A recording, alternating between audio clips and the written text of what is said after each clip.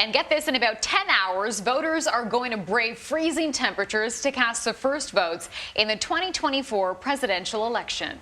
And the Biden-Harris campaign announced today it raised $97 million in the fourth quarter of 2023.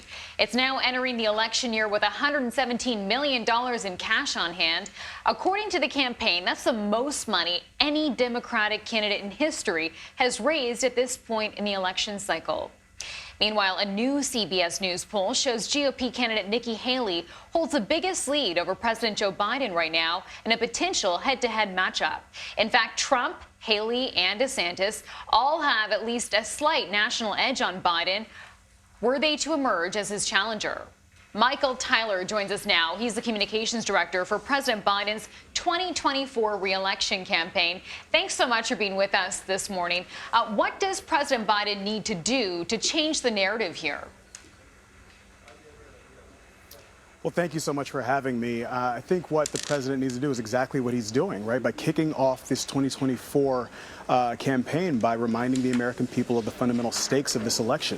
That's what he did in Valley Forge and in Charleston at the beginning of this week, reminding people that we are fundamentally in a different type of race where the sacred cause of America, American democracy, is at stake. And I think what you'll see here today in Iowa is that threat front and center. We have the most extreme slate of Republican candidates in modern political history, from Donald Trump all the way down. And so reminding the American voters of the stark contrast and the choice that they'll have to make when they go to the ballot box in November is exactly what this campaign is focused on at this stage of the race. And Michael, immigration, of course, a major issue, top of mind for many voters, including in Iowa. Is President Biden doing enough to address this issue?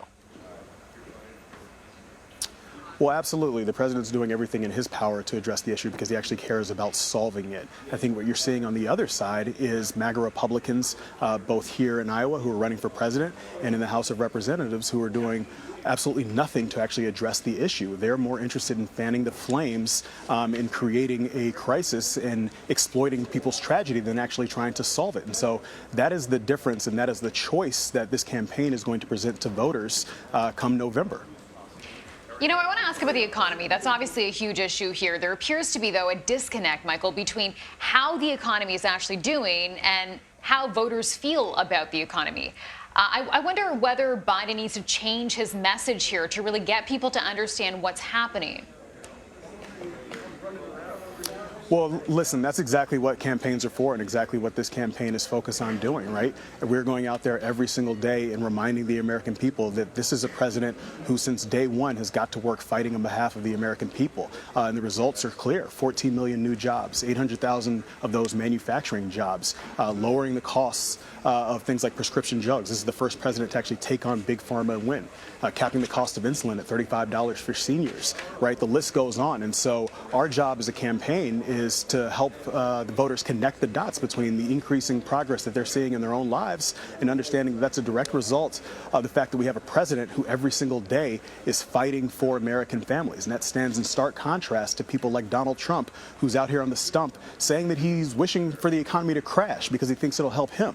And so that's a clear difference that we're going to present to the American people over the course of the next 10 months. And we're confident that when we come to November and it's time for people to make their decision at the ballot box, they're going to understand that Joe Biden has been the only person who's been fighting for them and will continue to do so for the next 4 years.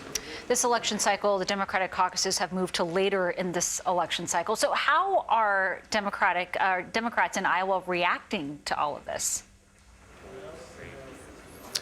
Yeah, I think folks understand the president's decision to push to make sure that South Carolina would go first to ensure that black voters who are the backbone of the Democratic Party could have a stronger voice in the nominating process. And Democrats in this state and around the country continue to be motivated and fired up by this president's reelection bid. I think the proof is in the pudding as it relates to our quarterly fundraising haul that we just announced today, right? You guys mentioned it at the top. $97 million in the fourth quarter, $235 million since this campaign launched. Much of that is grassroots donations, right? Over 97% of our contributions were $200 or less. That's folks like nurses and teachers who are going to JoeBiden.com to chip in $5, $10, $20 at a time because they understand, A, that this president has been fighting for them since day one, but B, they also understand the stakes of this election. And so Democrats are fired up here in Iowa. They're fired up across the country. We're excited to hit the road and to continue to make the case to the American people across the country over the next 10 months. Michael Tyler, thank you very much for joining us.